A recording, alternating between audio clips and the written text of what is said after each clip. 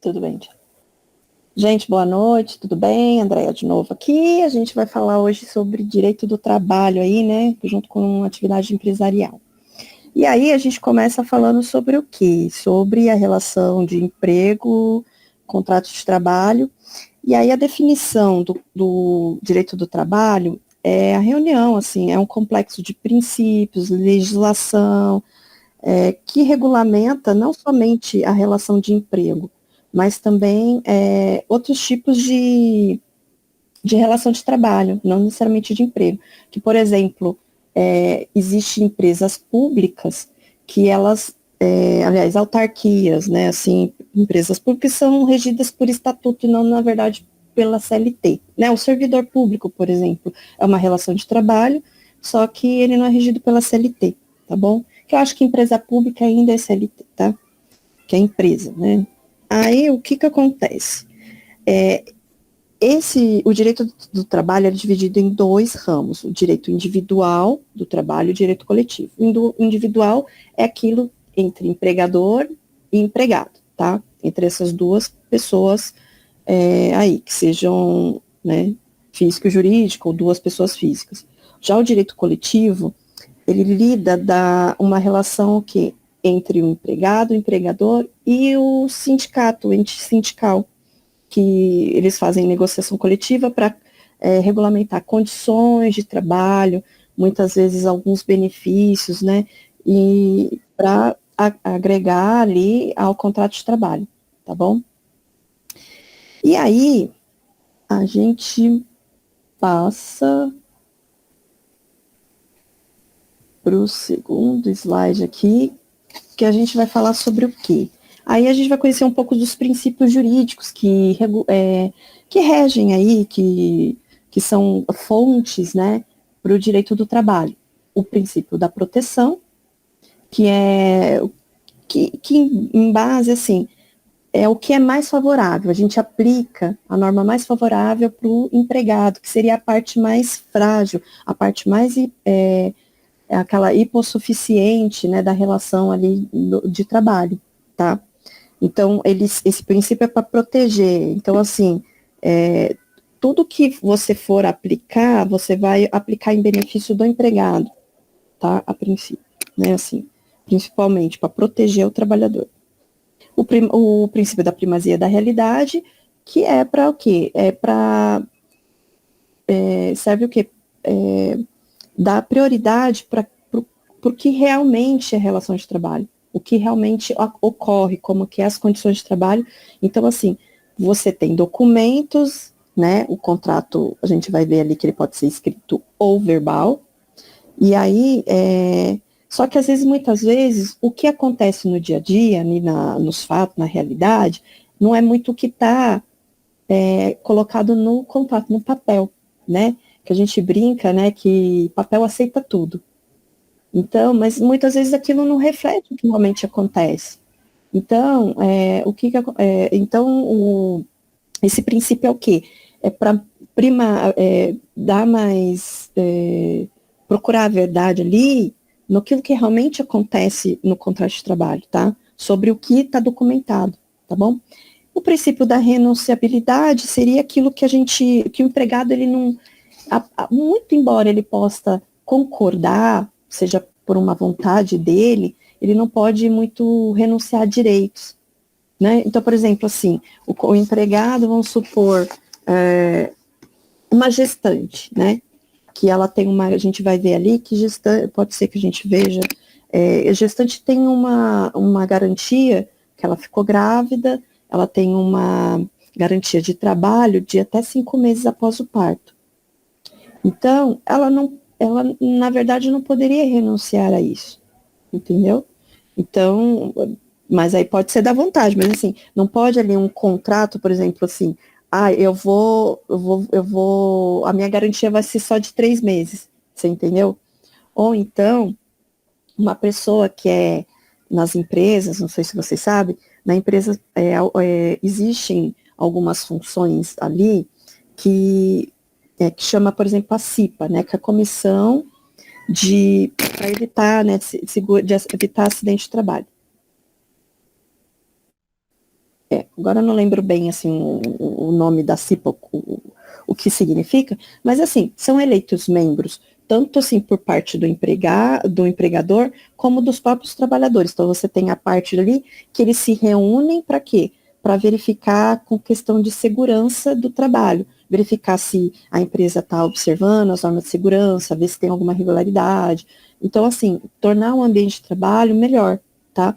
E aí, o que acontece? Essa pessoa que é eleita para CIPA, ela tem uma garantia de 1 ano, mas depois que ela sai, o mandado termina, ela pode, ela não pode ser mandada embora pelo prazo de mais 1 ano. Então a gente fala que seriam 2 anos, o ano do mandato e o ano pós-mandato.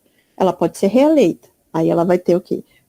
Os 2 anos do mandato e depois a garantia o outro. Não fica acumulação, né?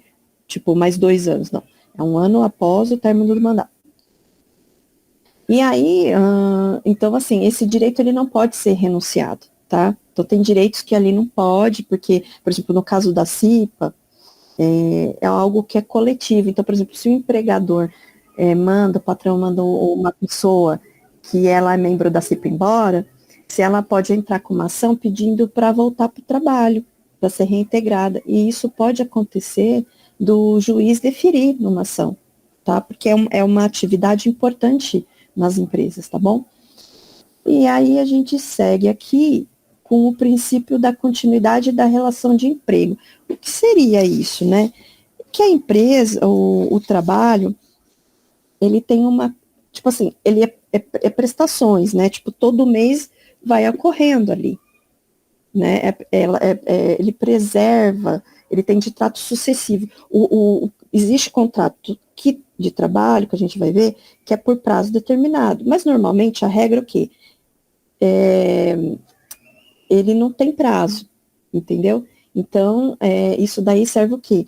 É para preservar. Muitas vezes, por exemplo, quando há ações judiciais, muitas vezes falam a respeito disso, né? Tipo assim, o juiz às vezes não reconhece, talvez um pedido de demissão que a empresa possa alegar alguma coisa nesse sentido, e aí ele fala assim, ou tipo um abandono do emprego, principalmente abandono do emprego, né, que um empregado para estar caracterizado abandono tem que ser 30 dias consecutivos, ele tem que faltar. Existe súmula, acho que é a súmula 16 do TST, e aí vamos supor que a empresa não faz essa prova, né, e o juiz ele não vai acatar, às vezes, a justa causa, vai falar assim, o contrato está vigente, e muitas vezes ele aplica o quê? A gente vai ver ali o Instituto da Rescisão Indireta, né.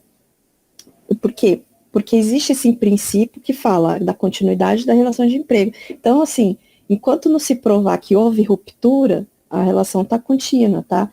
A Cristina aqui mandou para gente que CIPA é Comissão Interna de Previsão de Acidentes, tá? Então, é isso que significa lá a CIPA. Eu tinha até esquecido, a gente fala sempre CIPA, sempre as letrinhas ali, né? E aí a gente acaba esquecendo. E tem o princípio da razoabilidade, né? Então, que ela tá intimamente ligada, esse princípio, com o princípio da boa-fé, que a gente tem que agir com boa ética, com questão moral na relação de trabalho. A gente não pode querer fazer de forma arbitrária ou tentar enganar sabe? O outro, a atitude de bom senso, né, ali é trabalhar esse tipo de situação. É tudo razoável, né, nada de muito extremo. Aí a gente vai para a relação especificamente aquele de trabalho que eu estava comentando, que nem toda relação de trabalho ela é empregatícia, tá? Ela é relação de emprego. Como o servidor público tem o estatutário, que o contrato dele é regido por um estatuto, pelo direito administrativo e leis específicas, tá? Então, existe quando a gente fala de relação de trabalho, a gente tem vários tipos de relação de trabalho, tá? Que, por exemplo, é o trabalho autônomo, que esse daí, o que ele quer dizer? É aquele que presta os serviços, mas que ele não tem aquela subordinação, tá? ele não tem, ele tipo assim, eu presto serviço ali, eu tenho que fazer o meu trabalho, eu tenho que prestar conta do meu trabalho, mas eu não tenho uma dependência sobre o meu empregador, assim, eu não tenho um empregador, tem uma pessoa que me contrata, eu vou e presto serviço, tá? É como assim, vamos supor, um advogado, um dentista, você vai lá, contratou para fazer um serviço, ele não tem a subordinação, ele marca o horário, ele pode, por exemplo, vocês podem, às vezes, desmarcar, colocar outro horário, define valor para prestar o serviço, que vai ser remunerado. Então, não tem aquela coisa de continuidade, não tem, principalmente o elemento subordinação aí, tá? Por isso que eu grifei aí, que ele não tem essa característica. E tem o trabalho eventual, que é aquele que é esporádico, né? Uma pessoa me chama para trabalhar num buffet porque vai ter uma festa. Então eu vou e eu sou remunerada por aquele dia, né? Tipo uma diarista que vai limpar a casa de uma pessoa. Então não tem, é curta duração, não tem aquela habitualidade de sempre estar ali fazendo, tá? Tem o trabalhador avulso, que esse aí, ele tem ele é um pouco diferente daquele autônomo, né? Ele especificamente para trabalhar, ele presta serviço para diversas empresas, e a gestão dele é feita pelo OGMO, que é aquele órgão de gestor de mão de obra. Ele acontece muito em portos, tá? Área portuária, armazém de porto. Então, assim, ele é contratado através do OGMO para prestar serviço. Então, ele chega lá, fica esperando, fala assim, eu estou aqui à disposição, e aí chega lá e fala assim, eu preciso que trabalhe naquele armazém ou naquele navio para descarregar, e aí ele vai lá, presta o serviço, é remunerado, entendeu? Então, é essa gestão, tá? É feita, desse trabalho, é feito pelo OGMO. E vamos seguindo.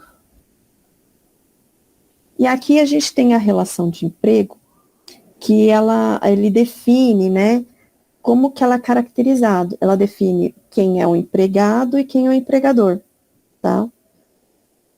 E aí, tá aqui, ó, no artigo 2º da CLT, que define a figura do empregador, que é que considera esse empregador a empresa individual ou coletiva que, assumindo os riscos da atividade econômica, admite, assalaria e dirige a prestação do serviço. Mas aqui não necessariamente precisa ser empresa, tá? A pessoa física, ela pode ser empregador. E o artigo 3º define quem é empregado, que considera-se empregado toda pessoa física que presta serviços de natureza não eventual a empregador sob dependência deste e mediante salário. E aí, esses dois artigos, ele indica alguns elementos que a gente vai caracterizar o que seria a figura do empregado, tá? Que é da relação de emprego aí, né? Quem pode ser empregado? É somente pessoa física. Não tem como empregar uma pessoa jurídica ser empregado, tá? Ela pode ser empregador. Então, pessoa física e pessoa jurídica, ela pode ser empregador, mas ela não pode ser empregada, tá? Não pode ser alguma. E aí a gente tem o segundo elemento que caracteriza a relação de emprego, que é a subordinação, que eu disse lá no começo. Ela é muito importante. Ele é o elemento, né, o requisito mais importante que caracteriza esse vínculo de emprego, né, essa relação de trabalho aí, né, de emprego, né, que a gente fala. Que a subordinação é assim, eu acato ordem, eu estou disposto no meu trabalho a receber, tem uma certa hierarquia, eu recebo ordem, e eu sou fiscalizado por aquele meu trabalho, então eu sou tipo orientado no meu trabalho pelo meu empregador, tá? Então, assim, é uma dependência, tipo assim, o que eu tenho que fazer, meu empregador vai me dizer o que é, tá? Não é como, por exemplo, você contratou, tipo lá, ó, um trabalho, por exemplo, de um pedreiro, por exemplo, que vai fazer uma certa obra, você vai falar assim, ó, eu quero que seja isso, dessa forma. Só que ele vai executar aquele trabalho que vai ficar do jeito que você quer, a princípio, né? Só que ele vai fazer da maneira dele, entendeu? Ele não vai seguir assim, eu quero que você faça, tipo assim, eu quero que você coloque um tijolinho de cada vez, faz assim, não, ele vai executar e você vai receber aquele serviço pronto, tá? Então, é isso que mais ou menos assim, vou tentar passar o que seria subordinação. E aí a gente tem um elemento também da pessoalidade, que é o quê? Que a pessoa que é contratada, ela presta o serviço. Então, por exemplo, se eu sou contratada, né, para trabalhar ali, eu não posso mandar uma pessoa no meu lugar, tá? Eu não posso ser substituída por outra pessoa, tá bom? Por isso que é diferente da prestação de serviço, por exemplo, quando é terceirização, que aí a terceirizada, ela que indica uma pessoa para prestar serviço naquele tomador, né? Que é a pessoa que recebe a prestação de serviço. Então, aqui a pessoalidade é assim, eu não posso ser substituído. Se você foi contratado, é você que tem que prestar o serviço, tá bom? E a habitualidade ou não eventualidade é aquela prestação de serviço que tem uma certa constância, ela é contínua e permanente. Então, assim, mas não quer dizer que essa pessoa tem que comparecer para o trabalho lá, X, Y, Z de dias. Não, porque ela pode trabalhar na casa dela, que a gente vai ver isso mais para frente. Mas, assim, é o trabalho sempre ali, naquele, né, sempre contínuo, permanente. Que a gente vai ver que, por exemplo, no caso de empregador doméstico, que coloquei ali, ó, especificação, né, situação específica, o empregador doméstico, ele só é caracterizado empregador quando ele presta serviço 3 vezes na semana, né, no mínimo. Então, por isso que eu coloquei lá, 2 vezes, mais de 2 dias na semana, quer dizer, 3 dias na semana, você vai falar assim, eu tenho uma diarista que ela vai lá 3 vezes na semana. Ela já não é diarista, ela é uma doméstica, tá? E aí, por quê? Porque o diarista, a lei, essa lei aí, Lei Complementar 150 de 2015, ela diz quem é doméstico, que é no mínimo 3 vezes na semana. Então, quem é 2 dias na semana é diarista. E aí tem o último princípio aí, que é da onerosidade, que é o quê? Você presta serviço e você vai ser remunerado por isso, é uma contraprestação. Eu presto uma situação e eu recebo por isso, tá? Porque se você presta serviço sem receber nada, isso aí não é relação de emprego, tá? Então, assim, é igual a gente fala assim, eu faço atividade, aquelas sou benfeitor, faço trabalho voluntário, né? Então, trabalho voluntário é sem receber e aí, então, não tem o vínculo de emprego. A partir do momento que você recebe pelo seu trabalho, então, está caracterizado. E para caracterizar a relação de emprego, aí, o vínculo empregatício, tem que ter todos esses requisitos. Se faltar um deles, deixa de ser. No caso, por exemplo, do caso ali da doméstica da diarista. Ela tem tudo, é ela que está prestando serviço pessoalmente, é ela que que ela recebe pelo trabalho dela, tem a subordinação, porque a patroa lá diz como ela tem que fazer, né? Só que ela não tem a habitualidade, tá? Porque a lei especifica como que o que empregado doméstico é 3 vezes na semana, tá? Vamos continuar. Até aqui tudo bem? Vocês têm alguma dúvida? Senão eu vou seguir. Joinha, tá todo mundo me entendendo? Ótimo. Então tá bom. Então vamos seguir lá. Então a gente vai entrar no contrato de trabalho, né? Que seria o quê? A formalização dessa relação aí. Que ela pode ser o quê? Tácita, que é verbal, ou expressa, que é escrito, tá? Eu sugiro sempre a fazer um contrato escrito. E ali coloca, né, todas as situações.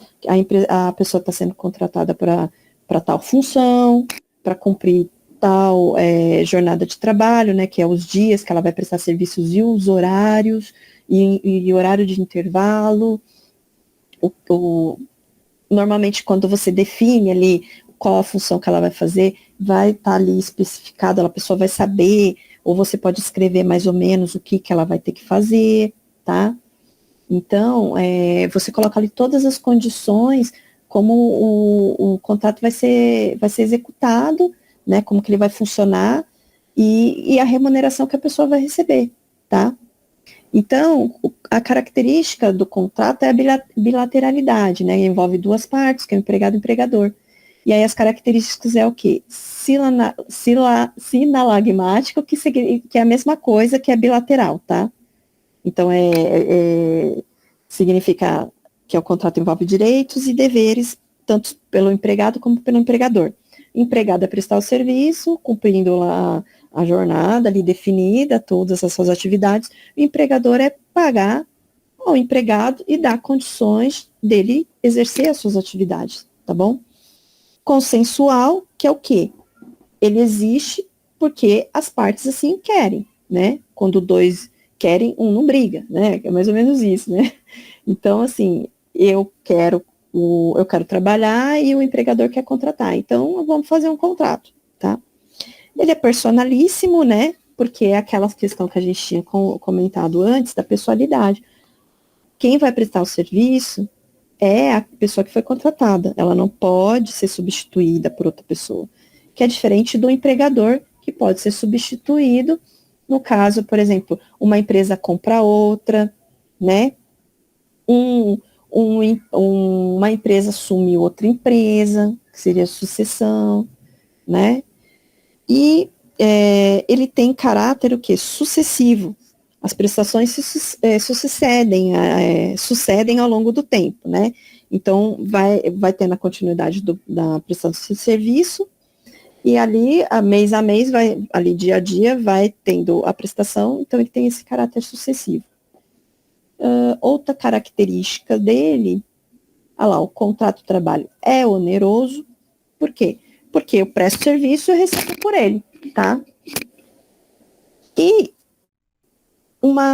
algo também importante a se dizer é que o empregado, ele não assume o risco do negócio, porque está ali para prestar serviço. Se quem assume é o empregador, vamos supor, um empresário, né, que abriu ali a empresa, quem decidiu exercer aquela atividade lá foi o empresário. Então, ele assume o risco do negócio. Isso não pode ser atribuição do empregado. Então, vamos supor, o empregador decidiu, lá teve uma decisão errada para vender, colocar um preço lá de um produto e o negócio não está indo bem, ele não pode simplesmente falar assim, olha, eu não vou conseguir te pagar o que eu te prometi, eu vou ter que te pagar um pouco menos esse mês porque a empresa entrou no vermelho. Não pode fazer isso, tá bom?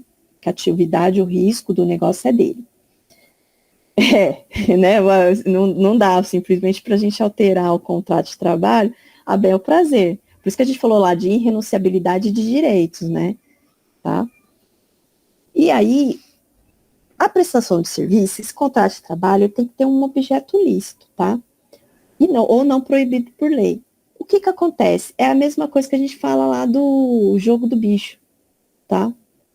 Que o objeto ilícito é uma atividade que ela não é legal, certo? Então, o jogo do bicho, aí tá lá a mocinha, normalmente, não sei se aí pela região de vocês tem isso, né? Que em São Paulo a gente vê, né? Tem a mocinha que fica ali, às vezes, numa lanchonete, num restaurante, aqueles mais simplesinho, ela tem uma mesinha ali, um negocinho, e ela faz o jogo do bicho ali. Ela recebe por mês um valor, tá? Porque ela tá todo dia ali, enquanto o estabelecimento está aberto, né? Funcionando.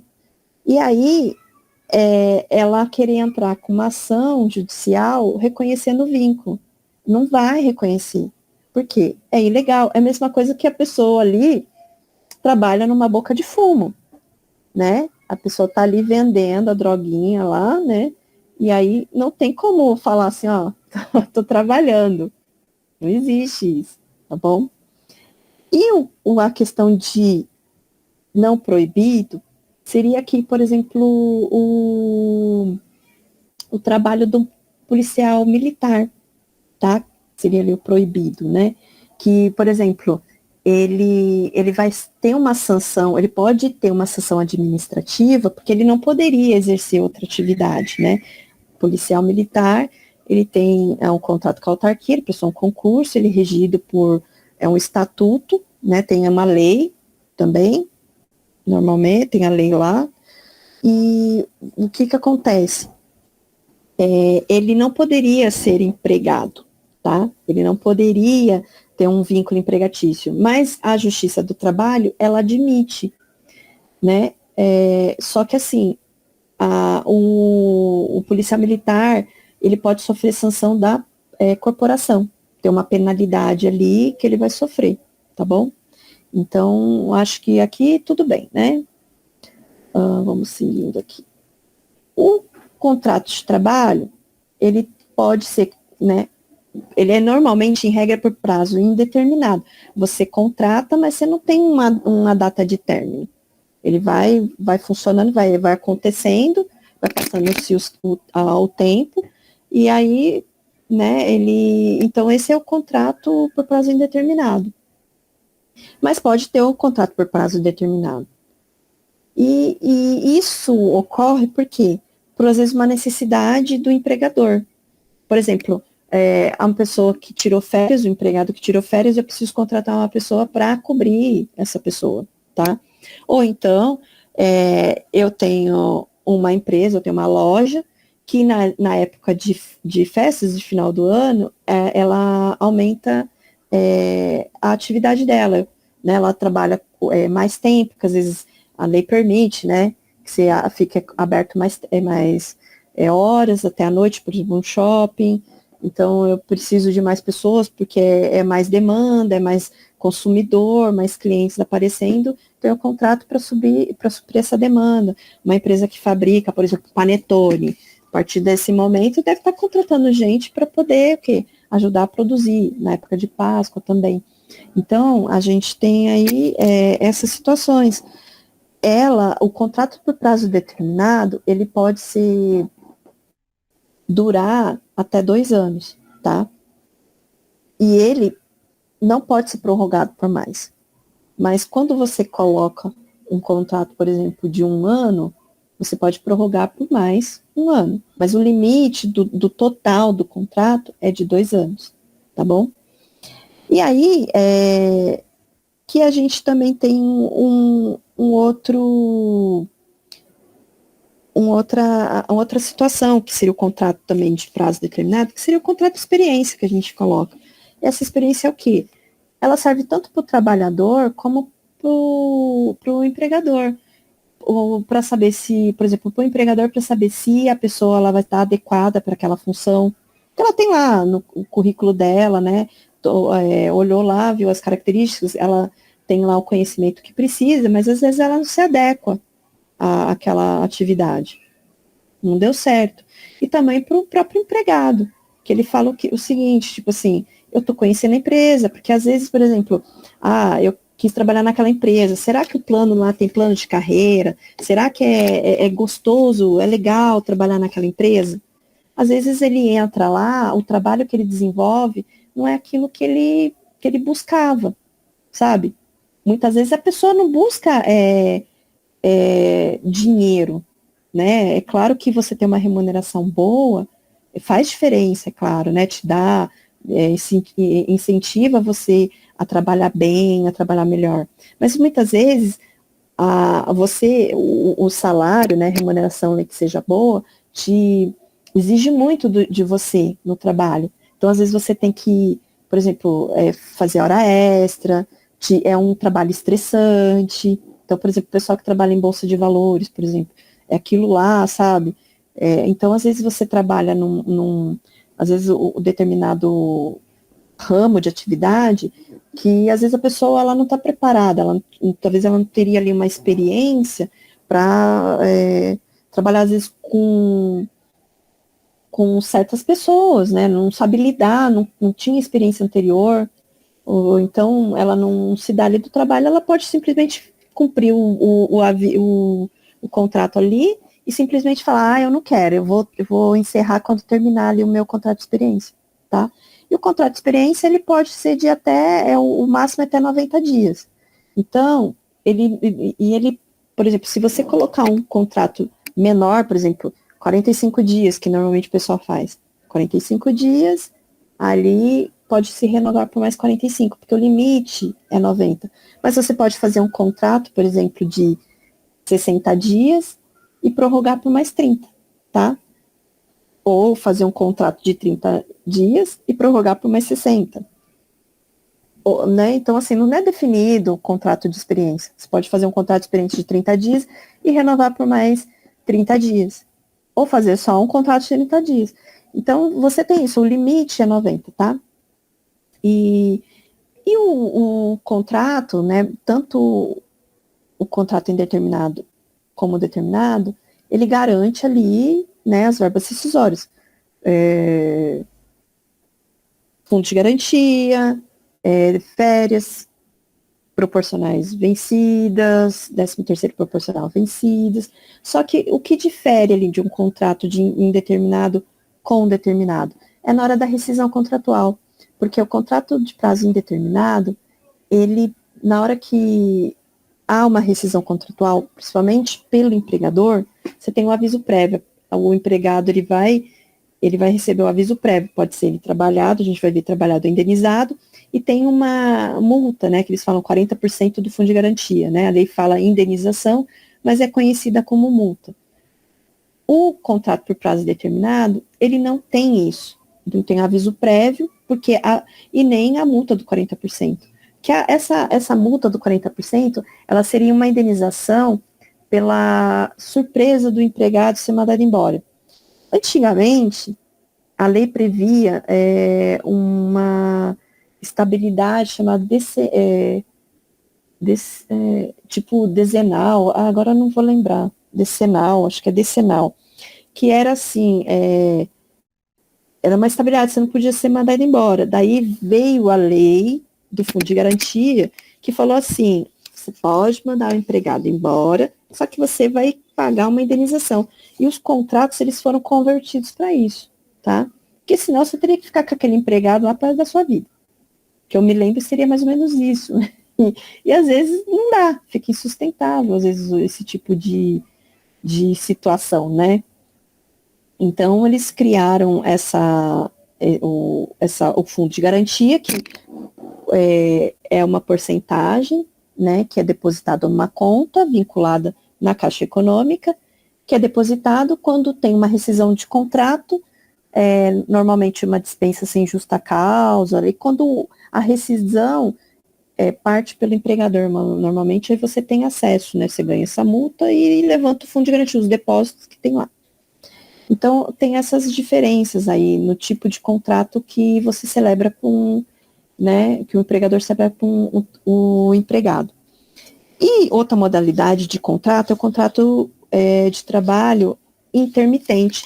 Esse trabalho intermitente, ele veio com a lei que a gente falou aí, reforma trabalhista, em 2017, a lei 13.467 de 2017, conhecida como reforma trabalhista. Ela inseriu essa modalidade de trabalho que seria para formalizar, regulamentar aquele conhecido como bico, o freelance. Então, esse tipo de contrato, antigamente, né, a pessoa, tipo, vou chamar, fica chamando de vez em quando ali, para trabalhar, por exemplo, em restaurante, sabe? Ou no buffet. Porque nem sempre que tem festa todo final de semana, né, essas coisas, então a pessoa contrata lá, vou te chamar. E ela pode fazer isso, ela pode formalizar. Esse contrato veio para formalizar esse tipo de contratação, tá?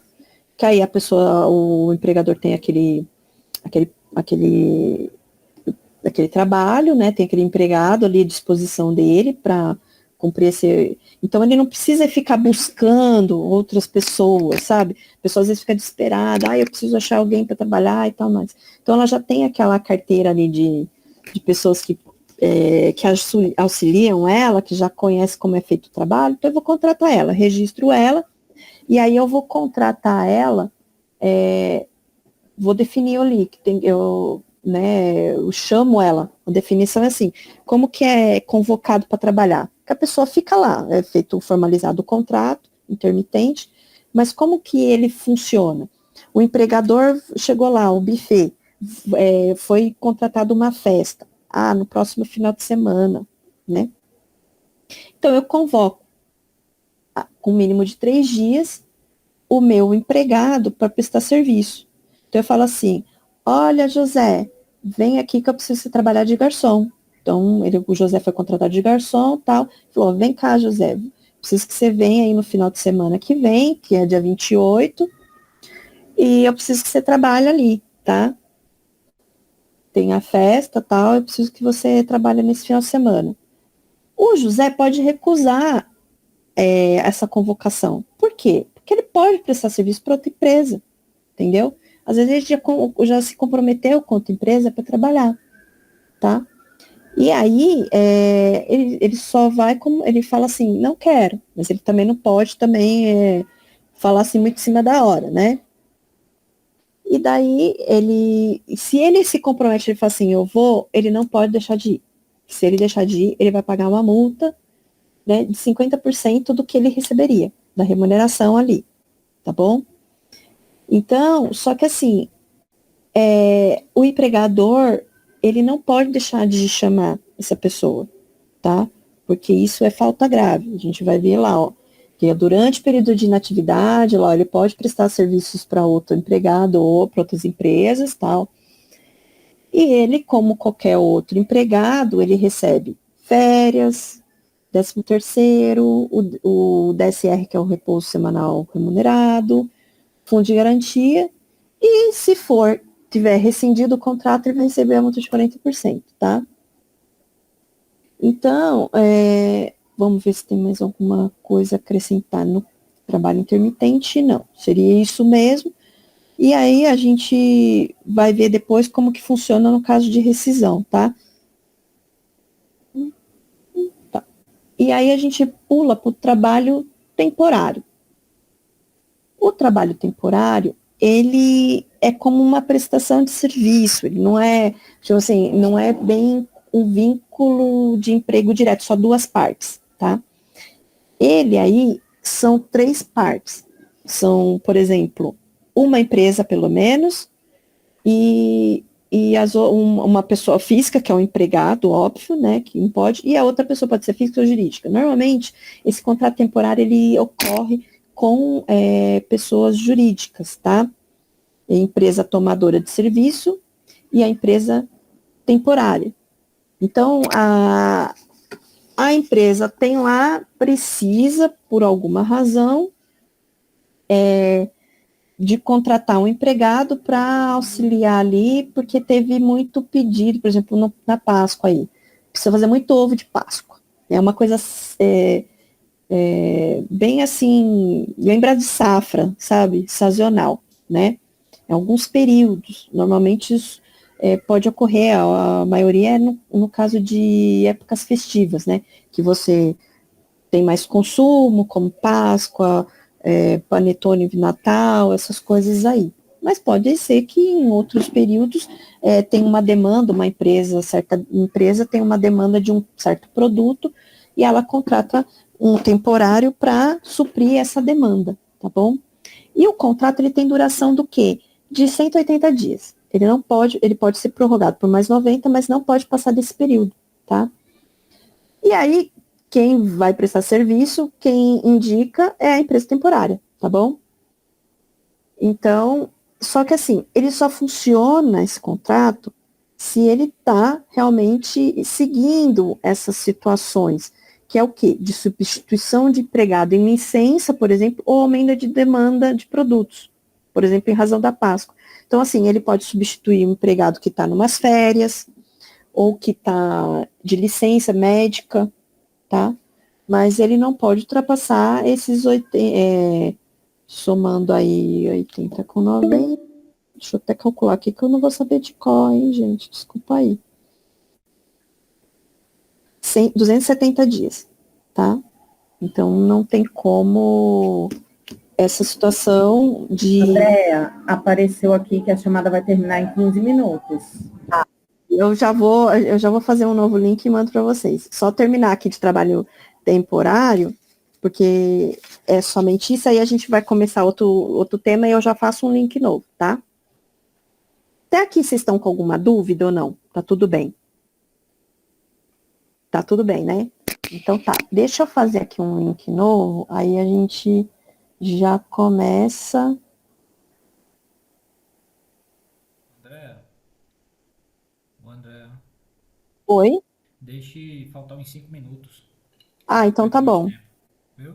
Então tá, tudo bem, então. Eu vou deixar faltar aí uns 5 minutos. Então, gente, o trabalho temporário é isso, tá? Ele é feito assim, são 3 partes que figuram ali para a relação desse trabalho, né? E, assim, o empregado, esse empregado aí temporário, ele não é empregado, ele é um trabalhador temporário. Ele meio que não tem, não é, tipo, não é vínculo de emprego, tá? Ele tem um contrato com essa empresa prestadora de serviço temporário, só que ele recebe lá as verbas. E quando ele presta serviço nessas empresas e tal, ele não pode ganhar diferente do que as pessoas ali ganham, tá bom? Ele tem que ganhar a mesma coisa. Então, se a pessoa ali ganha, por exemplo, recebe cesta básica, tem algum outro benefício, tudo, ele tem que ser igualzinho, tá bom? Sei lá, ganha insalubridade, a gente vai ver lá o que seria insalubridade, ele ganha também insalubridade, tá? Então, assim, a hora extra, se o adicional de hora extra é diferente, porque o mínimo lá a gente vai ver que é 50%, se a empresa paga 70% de adicional de hora extra, ele vai receber 70% também. Então, não pode ter essa diferenciação, tá bom? Aí a gente tem o contrato terceirizado. Esse aqui, o terceirizado, ele é diferente do temporário, tá? Ele é regulamentado ali, ó, por essas leis, 6.019 de 74 e 13.429 de 2017. Ele normalmente não seria para, como que chama? Atividade fim. O temporário pode ser pelo atividade fim, tá? Mas o trabalho terceirizado normalmente não é. É normalmente as empresas tipo de limpeza, sabe, de segurança, de portaria. Então, eles são o quê? Eles são, as empresas, né, fazem um contrato ali e fornecem. Por exemplo, um condomínio, você pode ter uma prestadora de serviço, né, normalmente tem, né, existe, presta ali de portaria, de limpeza, então eles fazem esse tipo de contrato. A subordinação é contra a empregadora, tá? Que é a prestadora de serviço. A tomadora, que, por exemplo, pode ser um condomínio, ela só pode fiscalizar a situação, por exemplo, se o trabalho está sendo bem feito, se a limpeza tá ok, aí ela dá um feedback para a empresa prestadora de serviços. Por exemplo, o empregado lá, o porteiro tinha que estar ali no posto de trabalho. Ele não está, você tem que chamar a prestadora para falar assim, olha, o empregado não veio, eu preciso de uma pessoa aqui. Porque a tomadora, ela contrata o quê? Ela contrata o serviço. Então, ela vai falar assim, olha, a mim eu tenho que ter aqui um porteiro, um ronda, e aí a empresa vai falar assim, ó, então você vai precisar de tantos prestadores de serviços, aí vamos supor, 11 empregados, sendo metade para portaria e metade para limpeza. Então, eu sei que na portaria tem ali meia dúzia de pessoas, que eles vão se revezando, 12 por 36, para trabalhar no dia, acho que é 8, né? Trabalhar de manhã, 12 por 36, 7 às 7 da noite, das 7 da noite até 7 da manhã. E aí vão se revezando, né? 12 por 36. Mas se um falta, a empresa vai ter que se virar para mandar outro no lugar, tá? E a princípio não tem aquela ligação, a subordinação para a empresa que está recebendo essa prestação de serviço, por exemplo, condomínio, tá? Ele pode fiscalizar. Aí, por exemplo, mas quem dá penalidade, quem chama atenção, quem remunera, tudo, é a empresa prestadora de serviço, tá? Ela que faz a admissão, ela que faz ali, manda o empregado fazer os exames, né, periódicos, né, que eles falam. que cuida, que fiscaliza se está batendo ponto, se está fazendo hora extra, se está tudo sendo pago, ela que fornece, ela que faz o depósito de fundo de garantia, tá bom? E esses empregados, eles fazem jus às mesmas coisas, né, dos empregados regidos pela CLT. Embora a regulamentação desse tipo de serviço seja por essas leis. O trabalho terceirizado, né, é regulamentado, mas segue-se o que está descrito na CLT. Alguma coisa, alguma questão? Não, né? Qualquer tipo, é permitido terceirizar qualquer tipo de serviço, tá? Sendo a empresa, ela subsidiária. Então, assim, entrou tem lá prestadora de serviço, tal, o empregado foi mandado embora, ou ele pode estar ainda trabalhando, por alguma razão, entrou com uma ação trabalhista. E chama lá a tomadora, que pode ser um condomínio, pode ser uma empresa, para quê?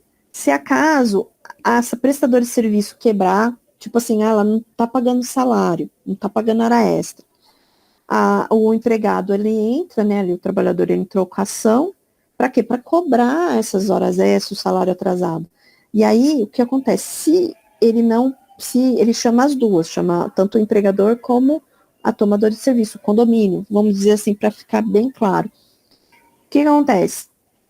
Se a empresa não pagar, a empregadora não pagar, subsidiariamente, o condomínio vai ter que pagar. Então, é isso, tá bom? Deixa eu ver quantos minutos faltam. Quantos minutos? Vamos ver aqui. Aí a gente tem as causas, né, de suspensão e interrupção do contrato de trabalho. Tá? Suspensão, vamos lá para a interrupção, né? São situações assim que não tem trabalho e não tem remuneração. Só que o contrato não está encerrado. A pessoa não foi mandada embora, tá? Então, é aquela pessoa que se afastou pelo INSS, está em licença, tá? Está em férias, tá? Então, qual seria a interrupção?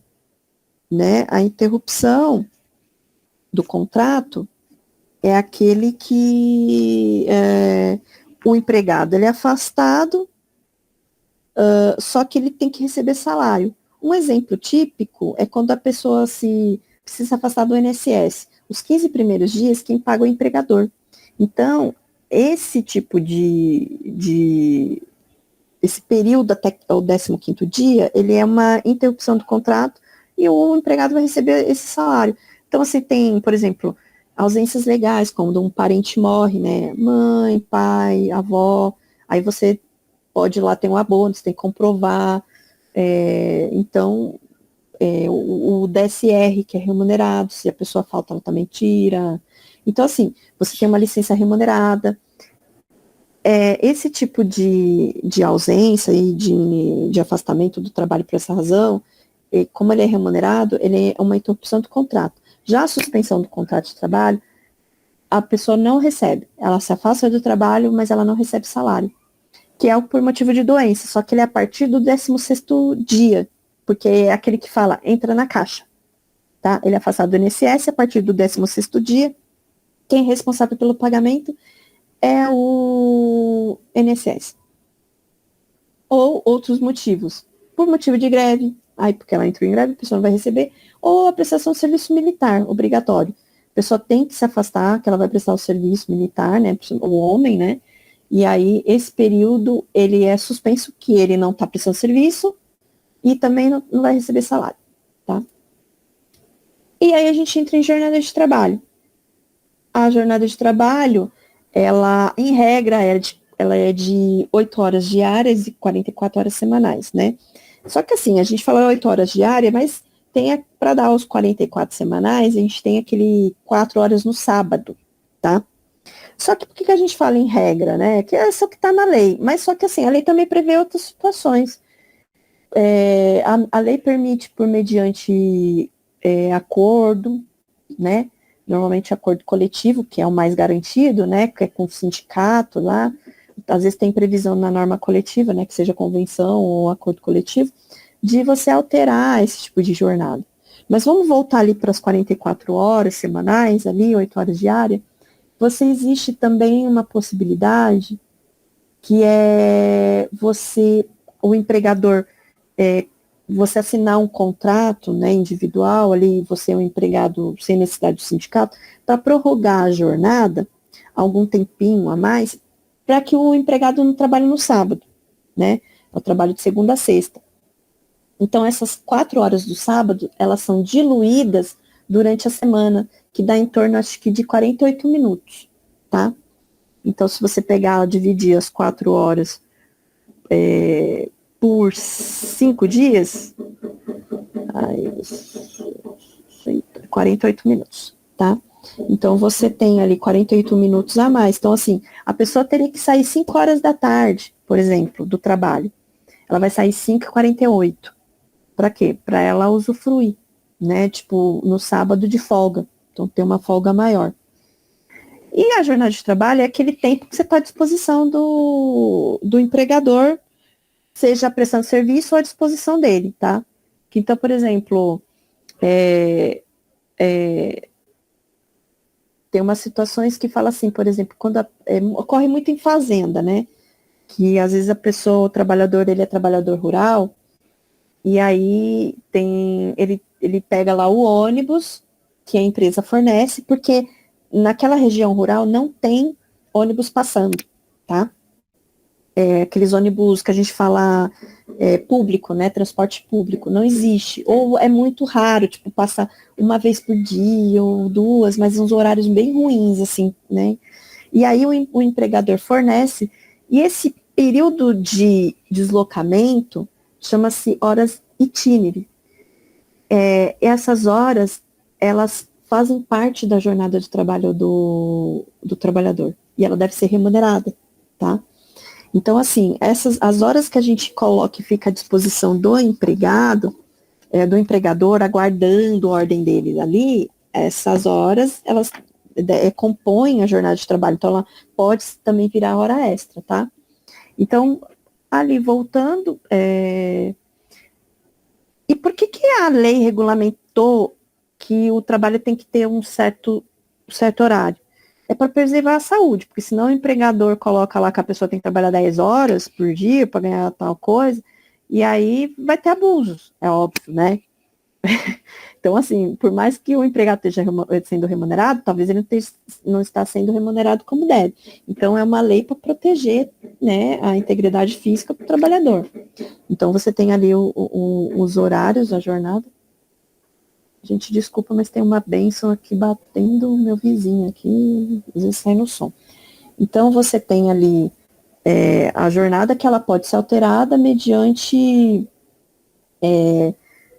acordo coletivo, e existe algumas jornadas específicas para algumas categorias, que eu até coloquei aí, ó, que acho que, salvo engano, também está no material. Jornalista, que é de 5 a 7, operadores de telemarketing, que são de 6 horas. Então, tem algumas, como que fala, profissões que ela tem uma jornada regulamentada, tá? Ela não pode passar daquilo lá. Então, por exemplo, salvo engano, até mergulhador, pode só mergulhar não sei quanto tempo e tal, mas aí é jornada, mas aí é uma outra situação. Mas aqui, por exemplo, jornalista, telefonista também, a jornada é menor, tá? Por conta que a pessoa fica com o negócio, por isso telemarketing, né? Fica ali para não prejudicar a pessoa ter redução da audição dela, tá? E aí, a jornada, ela especificamente, assim, ela deveria ser, né, em regra, ser controlada por meio de um registro. Então, você tem um cartão de ponto, você tem uma folha de ponto, um caderninho, serve um caderninho.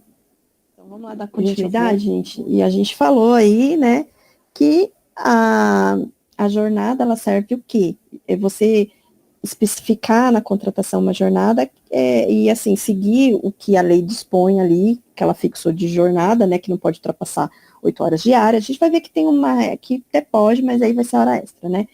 Mas por que isso? Para que o trabalhador, ele não fique doente, né? Que ele, né, para integridade, tanto física como mental do trabalhador, tá?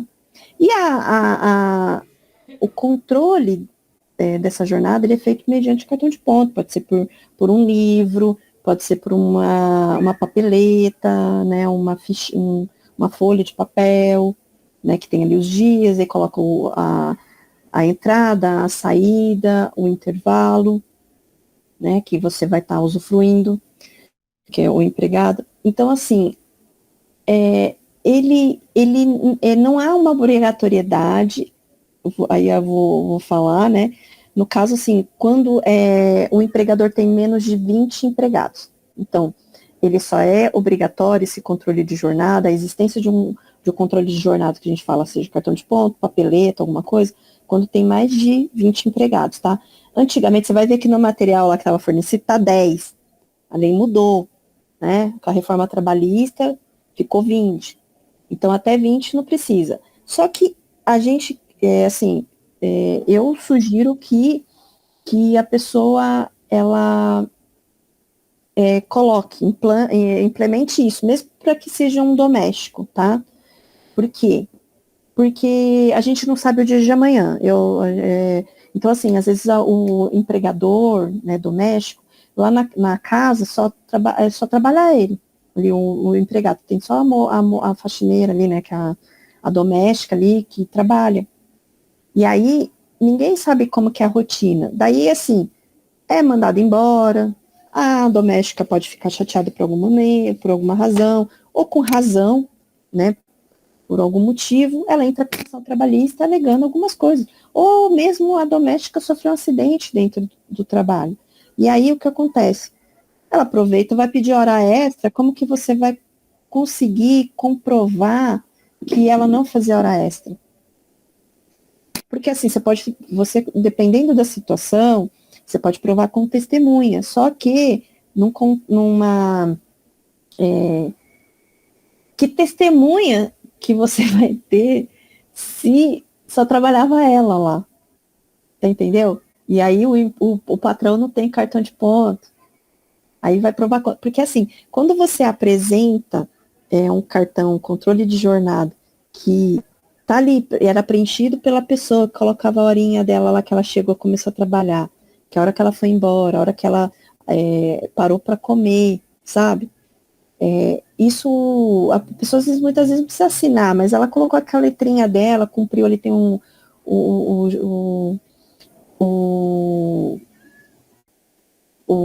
a jornada dela ali, descrita ali certinho, você apresenta isso para o juiz, quem vai ter que provar vai ter que ser ela. Senão, se você não tiver esse documento para corroborar a sua alegação, você vai ser difícil, porque que testemunha que você vai ter? Parente não é testemunha, tá? Muitas vezes parente pode ser ouvido, mas ele não tem muito valor. A gente fala assim, informante, né? Então, assim, é importante assim, às vezes vocês vão ter alguém, importante ali vocês terem um empregado e colocar cartão de ponto para você guardar. Você guarda, deixa bonitinho lá, guardadinho, para não ter problema, tá bom? E, então, assim, você fiscaliza ali se a pessoa está cumprindo certinho. Eu só vou fazer aqui um parênteses, que a minha chefe, por exemplo, ela tinha uma doméstica. E aí ela contratou a doméstica e falou assim, olha, você vai ter que fazer... Teve a lei do doméstico, foi implementada em 2015, que aí obriga, né, a ter cartão de ponto, tá? A lei obriga o doméstico. E aí ela fala assim, a empregada, mas eu não sei preencher. A minha chefe falou assim, então você não serve para trabalhar para mim. Porque se você não colocar aqui o horário que você trabalhar, eu não vou te contratar. Aí ela fez o quê? Anotava cartão de ponto. Então, assim, né?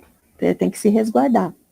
E aí o que acontece? O controle de jornada, ele não é obrigatório para algumas pessoas que têm ali alguns contratos, né, alguns empregados, que seria o caso de gerente. Só que esse gerente é o quê? Ele é como se ele atuasse como se fosse ele dono da empresa. Ele não necessariamente é o dono da empresa, mas ele age como se fosse, tá? Ele pode demitir, ele pode admitir empregados, ele ele que faz a gestão ali daquele setor, por exemplo, aí ele, né, que seria um cargo de confiança, tá? Só que assim, quando ele exerce esse cargo de confiança, na lei tem lá cargo de confiança, o que que acontece? Ele tem que receber na remuneração dele, pelo menos 40% a mais do que os outros empregados. Normalmente isso ele tem que estar destacado, tá? Às vezes o empregador ele soma o salário com esse valor e aí pela remuneração dele você consegue dizer que o cara exerce cargo de confiança. Mas muitas vezes a diferença nem é tão grande, tá? E aí precisa estar destacado isso no Olerite, tá bom, gente? Esses 40%, né? Que aí coloca lá cargo de confiança, sabe? Alguma coisa assim. E tem aqueles empregados que exercem atividades fora da empresa, né? Atividade externa, incompatível com com a fixação de horário de trabalho. E não é porque a pessoa trabalha fora que não é possível fiscalizar a jornada dela. Então, a partir do momento que você tem controle, você pode controlar, que, por exemplo, às vezes a pessoa tem que usar um aplicativo de localização, de check-in, check-out, né? Não login, logout, mas check-in, check-out. Às vezes chega num lugar, tem que fazer ali e tal, aquela, por exemplo, o rapaz, né, que é promotor de venda, alguma coisa, repositor, que vai no mercado colocar lá o produto daquela empresa, sei lá, o suco, o sorvete e tal. E aí ele tem que estar naquele mercado. Muitas vezes a empresa passa o roteiro para esse empregado. Ele é trabalhador externo, mas ele passa um roteiro. A empresa sabe que naquele dia, no horário mais ou menos ali, ela sabe que o empregado vai estar lá. Então, esse empregado tem que ter cartão de ponto.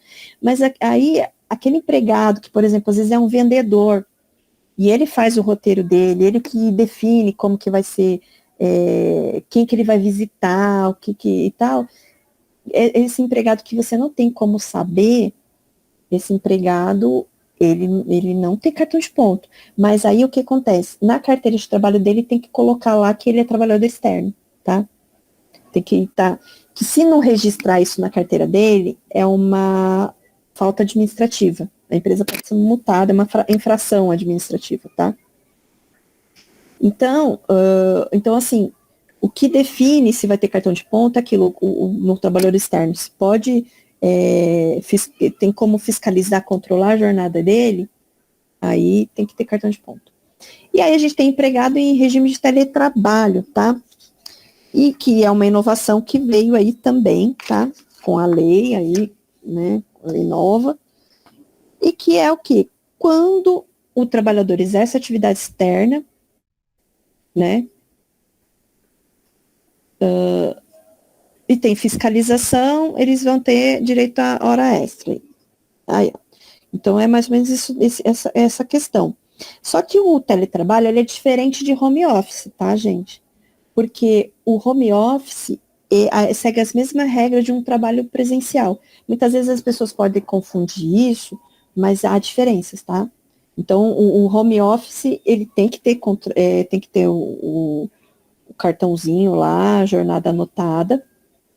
Daí, o empregador é as mesmas condições, é como se ele tivesse trabalhando dentro lá da empresa, presencial, é o home office. No teletrabalho, ele difere disso. A empresa vai implementar algumas ferramentas para conseguir, para fiscalizar. Então, ela vai colocar lá um sisteminha. O empregado ele tem que acessar lá o sistema da empresa, ele vai fazer o login dele, e aí vai estar computando ali que ele acessou, e depois, quando ele saiu, né, deslogou, então ele tem ali o período que ele trabalhou, tá? E aí, nesse caso, tem hora extra. O do home office, como era também presencial, também vai na questão da hora extra, tá? Vamos ver. Até aqui tudo bem, sem dúvidas. Tudo ok? Joinha? Então tá. Eu vou continuar aqui, ó. Prorrogação e compensação de jornada. É aquilo que eu falei para vocês, que quando a lei, ela visa, em regra, 8 horas diárias, 44 horas semanais.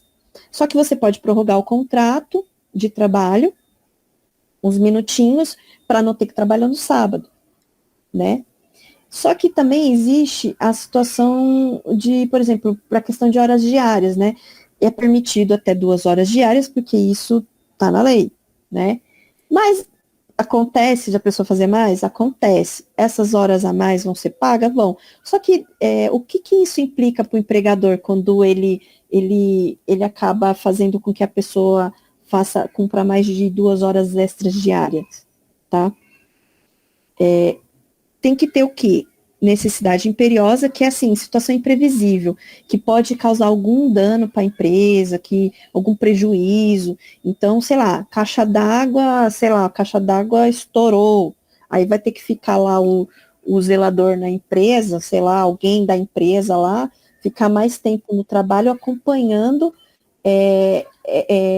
resolver esse problema, certo? Chama lá alguém, um encanador, chamar alguém lá para poder arrumar, e essa pessoa fica ali para quê? Para depois fechar a empresa. Tipo uma loja, vamos supor, uma loja estourou um cano lá do banheiro, chamou o encanador para fazer isso. Aí ficou lá a funcionária, a vendedora, né, ficou lá esperando terminar o serviço, porque o patrão não chegou ainda, não pôde ter outro compromisso, para ela poder ir embora. Então, esse tempo que ela ficou a mais, né, assim, acaba ultrapassando lá as 2 horas, ela vai ser remunerada. O que pode acontecer é o quê? Aí é essa situação de imperiosa, né? Precisa para não causar prejuízo e tudo mais. Então, você pode estender. Aí vai ter a justificativa por que está fazendo isso. Mas, assim, se não tiver justificativa, a empresa tem que pagar essas horas, não é porque a lei fala só de 2 horas essas que eu não vou pagar. Ou então, o que já aconteceu o que eu já vi, cliente assim, é pagar por fora extra folha, fora da folha de pagamento. E aí, isso gera o quê? Não tem repercussão em férias, 13º, ou, por exemplo, no fundo de garantia, não repercute também no INSS, que tem que recolher. Então, o empregado, ele tem prejuízo quando você paga por fora, né? Então, isso é errado, porque você está sonegando, muitas vezes, tributo. Mas ele acha que é porque, assim, como a lei está dizendo, então eu pago por fora. Mas não, melhor pagar ali, às vezes você ter uma infração administrativa, uma multa, do que você tá irregular e depois você tem que pagar na justiça. Aí dá problema. Então, é essa situação que permite você extrapolar ali a jornada de 8 horas diárias. É nessas situações aí, que é até 2 horas diárias, e você pode passar mais se tiver uma situação para evitar prejuízo inesperada que aconteceu, para evitar prejuízo. E você, assim, em vez de pagar hora extra, você também pode dar descanso. Então, a pessoa ficou lá 2 horas a mais do trabalho, você pode permitir que ela entre 2 horas depois, no dia seguinte, atrasado. Ou deixar ela sair mais cedo, entendeu? Ou dependendo o tanto de horas que a pessoa tiver, dá dias de folga para ela, né? Para ela compensar outro dia, tá bom? Isso acontece também, assim, quando a pessoa, às vezes, é permitido trabalhar no feriado, né? Ela ganha uma folga compensatória dali. E aí, você pode, essas questões de hora extra, em vez de você pagar, você pode implementar banco de horas, tá? E, ó, é assim, esclarecer o seguinte, que essa prorrogação e compensação de jornada, ela tem que ter um acordo escrito, tá? Ela tem que estar documentado, tá? Senão, ela não vale, tá bom? E aí, ó, o acordo individual só vale se respeitado ali as 44 horas semanais, tá? Então, se passa ali, aí dá problema, né? Então, assim, você pode fazer hora extra? Pode. Só que você tem que ser observado e respeitado as 44. É por isso que a gente está falando. Você faz hora extra, pode dar folga para compensar, para não ultrapassar essa jornada, tá? Senão o contrato pode ser desconsiderado ali, o acordo, e ter que pagar, né? As horas. E ali eu tinha falado que essas horas a mais, elas compensam a folga do sábado, tá? E pode implementado ali o banco de horas, né? E esse banco de horas, ele é feito mediante acordo coletivo, tá? Convenção, acordo coletivo. Então, você chama o sindicato para você regulamentar esse banco de horas. E aí, ele vai regulamentar, ele fala, que ele fala que o banco de horas tem que ser previsto, né, e ele zerado no período de um ano. Então, você pode fazer um banco de horas individual e diretamente com o empregado. Não necessariamente que seja feito com todos os empregados. Às vezes você tem um empregado que, porque ele tem um cargo um pouco melhor, não chega a ser cargo de confiança, um supervisor, por exemplo, lá, né? E aí ele precisa, às vezes, fazer hora extra, e aí pode fazer o banco de horas para ele conseguir descansar, e ele tem aí uma compensação de 6 meses para usufruir, certo?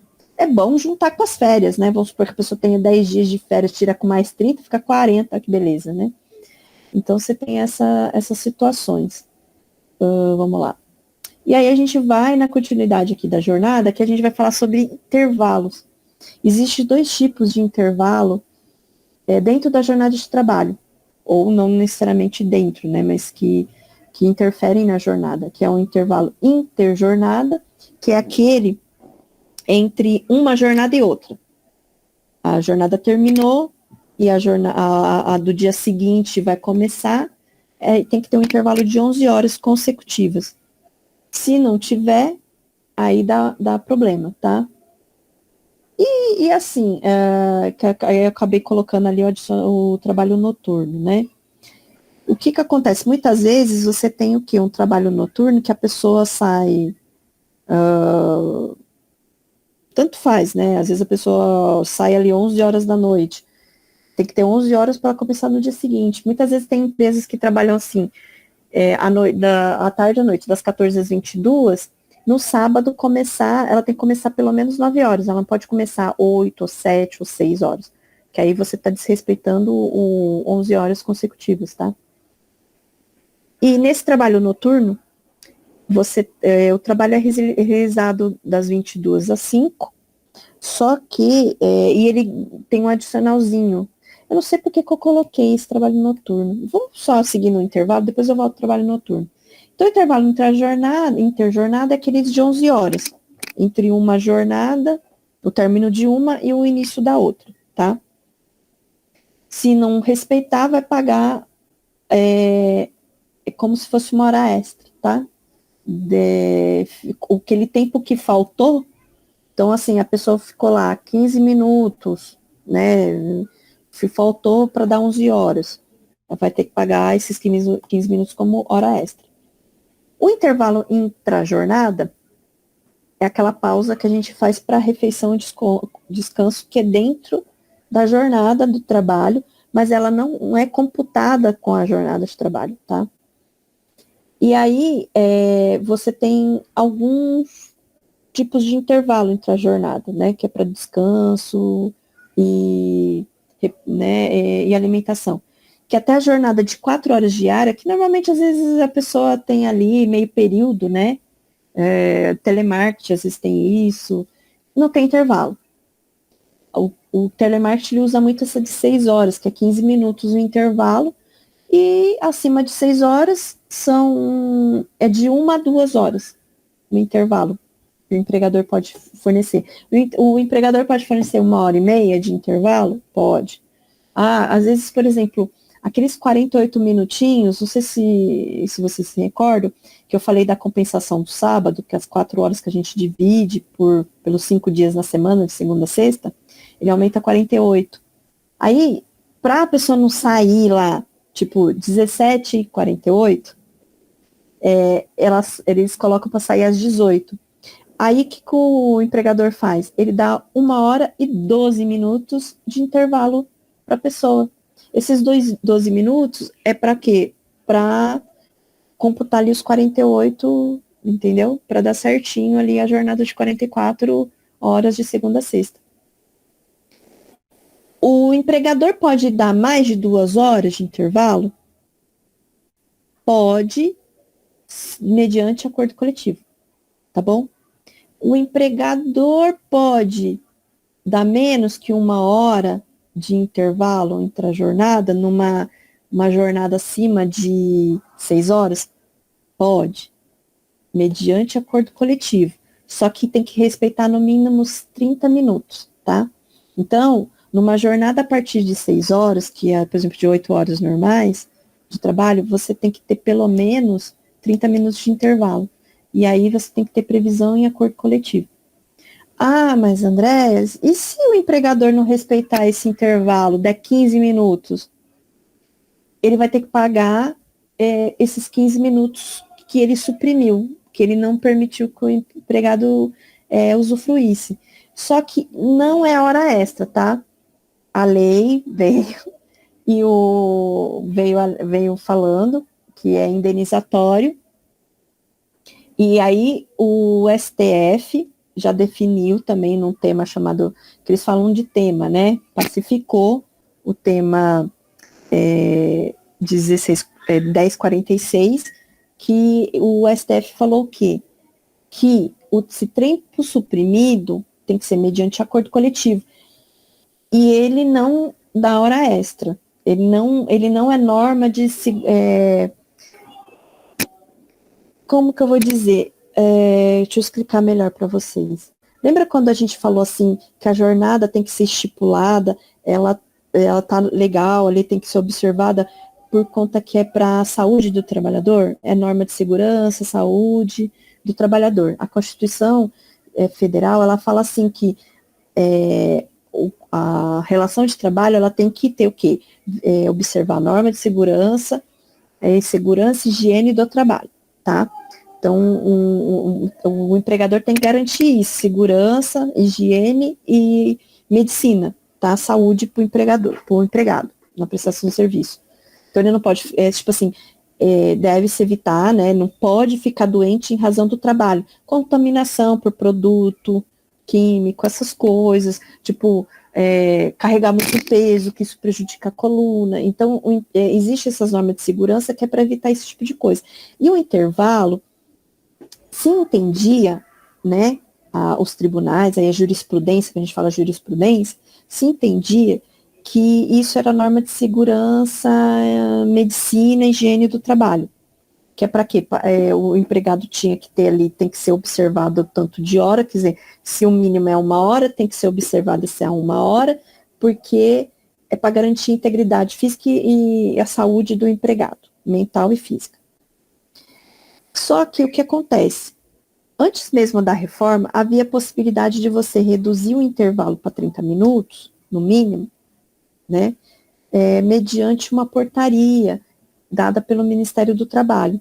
Então, você tinha que fazer um acordo coletivo e ter uma autorização, né, do Ministério do Trabalho aí, para poder reduzir esse intervalo. E várias exigências que tinha que ter. Você tinha que ter refeitório, ter né, lugar, alguns requisitos lá que tinham que ser observados para essa concessão. Só que quando veio a reforma, essa obrigatoriedade permaneceu. Só que também entrou um artigo novo, que é o artigo 611, que ele fala lá que intervalo sabe, ele pode ser negociado mediante acordo coletivo, norma coletiva. E a Constituição prevê isso, que a condição de trabalho pode ser o quê? Prevista em acordo coletivo, para beneficiar o trabalhador, dar outros benefícios, melhorar a condição lá de trabalho. E daí, estavam colocando como se essa norma que dizia que era exigido a autorização do Ministério do Trabalho, ela foi meio que deixada de lado. E aí ficou essa briga. Havia decisão que falava que tinha que ter essa autorização aí do Ministério do Trabalho, essa portaria autorizando, e falava que não havia necessidade. E diante de tanta decisão diferente, isso subiu lá no STF, que é a última instância, o Supremo Tribunal Federal, que decidiu, de acordo com esse tema, que foi definido esse tema 1046, que não há necessidade. Havendo norma coletiva, que seja convenção coletiva ou acordo coletivo, pode-se reduzir o intervalo no mínimo 30 minutos, tá? Numa situação acima de 6 horas diárias. Até aqui tudo bem? Tudo bem, então. Daí a gente volta lá no adicional noturno. Eu acho que eu vou voltar ao adicional quando eu falar de adicionais, tá? Lá na frente, tá? Aí o descanso semanal remunerado. O descanso semanal remunerado é o final de semana, tá? Então, assim, para quem não, vamos supor, o domingo seria, entendeu? Quem trabalha de segunda a sábado seria o final de semana, o domingo. É que normalmente quem folga de sábado, a jornada é de 44. Aí tá diluído lá durante a semana, os 48 minutinhos lá, né, e tudo mais. Então é assim, a folga normalmente é de domingo. Não necessariamente que tem que ser aos domingos, mas tem que se garantir ao menos um domingo no mês, tá? Isso é o que a lei prevê, tá bom? E aí, o que que acontece? Se a pessoa falta um dia na semana, é descontado o DSR. Perdão. Então, ele não pode faltar. Se ele quer garantir lá, ele estaria recebendo o DSR remunerado, que já tá incorporado no salário, tá bom? Agora, você faz hora extra, a hora extra vai repercutir no DSR. Vanessa, quer falar alguma coisa? Quero. Ô, Andréa, Hum, qualquer dia da semana que você faltar, no caso é descontado DSR, não é isso? isso. É descontado. Você Qualquer perde dia. 10. Isso, se você faltar, por exemplo, se o trabalho é de segunda a sexta, você faltou na quinta-feira, vai descontar o DSR, entendeu? Não, porque eu Tá? trabalhava e disseram que só descontava se fosse na segunda-feira. Não, Tipo, qualquer dia da sábado, semana. segunda. Oi? E a Vanessa caiu. Então, não existe isso, só se faltar na segunda-feira é descontado, não, né? E, então, assim, vamos supor, tem locais, por exemplo, eu tenho um cliente que é restaurante e que ele trabalha de terça a domingo, só que um domingo no mês ele dá folga para todo mundo, porque está na lei, mas ele não abre, então ele dá uma folga de 24 horas, mais de 24 horas, 48, que aí fica a folga no domingo aliás, na segunda, no domingo e na segunda uma vez por mês. Alguém mais quer perguntar alguma coisa? Senão eu vou seguir aqui. Então, aqui ele fala que preferencialmente o domingo no mês, tá? Mas que permite a autorização do trabalho no domingo, que tem lá uma autorização. Isso já está tabelado, a autorização do Ministério do Trabalho, qual atividade, quais são as atividades que é permitido você trabalhar de domingo, tá? E teve até uma situação. Oi, Vanessa, tudo bem?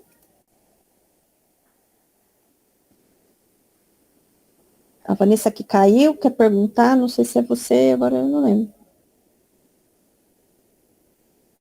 Vanessa? Bom, vou continuar aqui. Então, o Ministério do Trabalho, ele já regulamentou ali, ele já descreve lá, num documento, não lembro se é portaria ou nome, que ele fala quais atividades que você pode permitir trabalhar no domingo. Então, por exemplo, hospital é óbvio, tá? Né, hospital, normalmente situações de saúde, ele é permitido. Mas não necessariamente em todos. Aí acho que teve, eu não lembro se era comércio que eles tinham tirado, e deu um maior rebuliço por conta disso daí, viu, dessa alteração. E aí fala, que no caso, a lei prevê, quando trabalha em domingo, precisa ter um revezamento aí, quinzenal, que não, na verdade, quando é mulher, não poderia ser uma vez na semana, seria a cada 15 dias, tá? Tem que coincidir. Então, que mulher não pode fazer ser uma vez no mês, não. Tem que ser a cada 15 dias, ela tem que ter folga no domingo. Aí, somente se os empregados apresentarem assiduidade, quer dizer, tá sempre indo lá, pontualidade durante a semana, que terão descanso remunerado. Se tiver falta na semana, você vai perder, tá? Acredito que em atraso, assim, no dia, isso é um desconto. Você vai ter um desconto ali, mas acredito que não. Agora eu não vou saber mesmo, trabalho com isso, mas eu sei que faltou o dia, você perde, tá?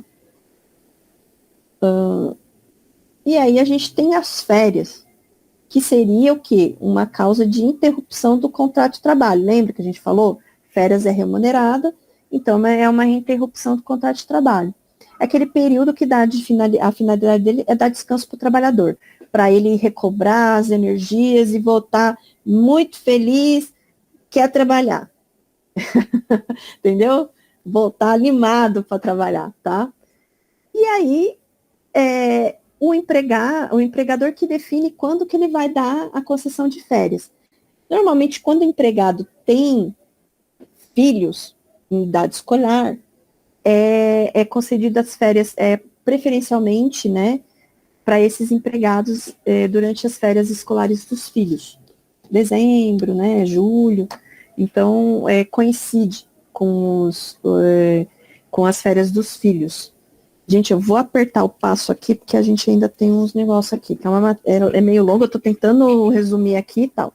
Quem define é o empregador, ele que vai escolher. O empregado pode pedir, mas quem define quando vai ser é um empregador, patrão. E aí, o que acontece? A lei nova veio permitir que você fracione o período de férias. Antigamente fazia o quê? Usufruía 20 e vendia 10, que a gente fala que é o abono, tá? Vende 10 dias. Só que assim, para você ter direito às férias, você tem que completar pelo menos um ano de trabalho de contrato. Fiz um ano, eu vou ter direito às férias. Esse um ano que você trabalhou, chama-se período aquisitivo. Passou um ano, você vai ter um ano para usufruir de férias. Esse se chama período de gozo de férias, tá? De usufruir as férias. E nesse período de um ano, após esse primeiro ano, no período aquisitivo, o empregador vai definir quando que é que você vai tirar férias. Só que você não pode, por exemplo, se o empregador vai te dar 30 dias de férias, você não pode sair no último dia ali, faltando 15 dias para vencer. Que a gente fala vencer as férias é o período de gozo, né? Vencer. Então, assim, as suas férias vai vencer lá em setembro agora, dia 30. A partir de hoje, você não pode usufruir férias, porque as suas férias, se você vai ultrapassar 30 de setembro, por exemplo. Então, aí o empregador vai ter que pagar ali de forma dobrada para você. Vai pagar as férias, mas aquele período que ultrapassou, ele vai ter que te pagar mais, entendeu? 2 vezes. Ele não deixou usufruir. Então, as férias, assim, é sempre 30 dias. Então, se suas férias vai vencer dia 30 de setembro, o empregador teria que conceder as suas férias lá para o dia 20 de agosto, para não deixar muito em cima ali. E aí o pagamento das férias é sempre 2 dias antes de o empregado sair de férias, tá? As férias, aquilo que eu falei, nesse período de 12 meses de gozo, o empregador pode fracionar as férias. Só que ele tem que garantir, assim, um dos períodos, até 3 períodos, um dos períodos tem que ser no mínimo 14 dias. Os outros dias pode se dividir ali no meio a meio. Às vezes ele pode conceder um dia de férias. É uma coisa meio assim, mas você tem que garantir 14 dias, tá? E aí, o que acontece? Se você tiver faltas injustificadas, aquela que não tem atestado, que não tem previsão legal e tudo mais, que você não justificou, sei lá, não vou trabalhar hoje, estou de mau humor, não vou trabalhar. Dependendo do número de faltas que você tiver, você vai perdendo os dias de férias que você tem direito. Então, ó, se você tiver mais que 5 faltas, você vai perder. Se você tiver 5 faltas, até 5 faltas, você garante ainda os 30 dias. Passou disso, vai diminuindo. E lá no artigo 129, tá lá na CLT, tá descrito lá quantos dias de folga você vai ter, tá bom? E aí, ó, 14 dias, que é aquilo que eu falei, 3 períodos, tá? Ah, desculpa lá, ó, não pode ser um dia de férias, não, ó, 14 dias corridos tem que ser, e os outros dias não pode ser inferiores a 5, cada um, que aí 5 dá 10 com 14, 24, então aí você vai dividir ali o restante. É óbvio que se você tiver menos dias, você vai ser difícil fracionar suas férias aí, né, porque às vezes você tem bem menos dias de férias por causa das suas faltas, tá bom? Aí, o que acontece? Ó, o pagamento das férias, Ele deve ser realizado 2 dias antes. E o abono, ó, o empregado usufruiu 20 dias, sendo que o pagamento deve ser apresentado 15 dias antes de completar o período aquisitivo e o empregado é obrigado a aceitar. Tá?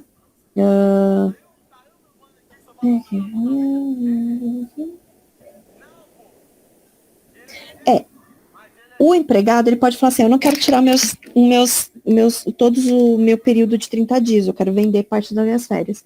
O empregador pode, sim, ele é obrigado a aceitar, tá? Mas você tem que pedir, ó, o pedido deve ser feito 15 dias antes de você completar o período aquisitivo,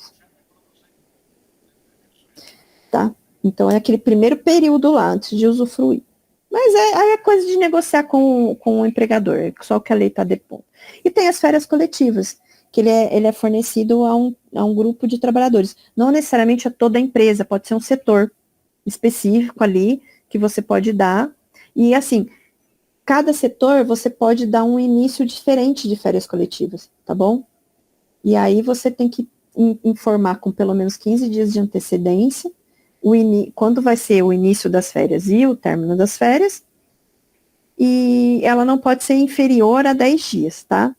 E você tem que notificar o Ministério do Trabalho para isso, tá? Tipo assim, ó, Ministério do Trabalho, vou dar férias coletivas. Fala, Vanessa. Eu de novo. A empresa pode rejeitar? Rejeitar o quê? No caso, você vender as férias? A lei fala que o empregador é obrigado a aceitar. Não é vender as férias inteiras, tá? Eu tô falando de 10 dias. Você usufrui Os 10 dias só. Isso, entendeu? Ai.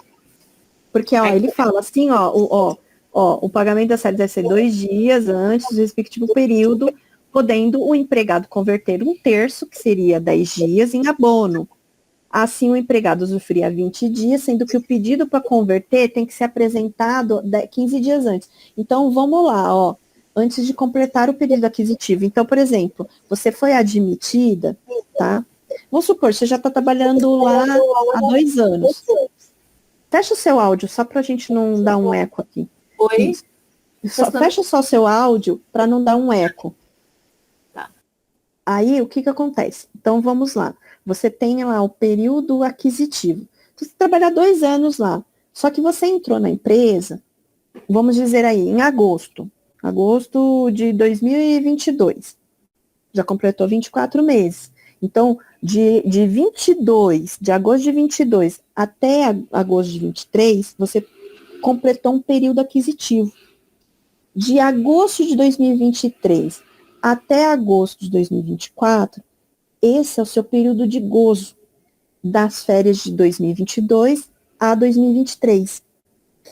De 2023 a 2024, que é o gozo daquelas outras férias, é o seu período aquisitivo.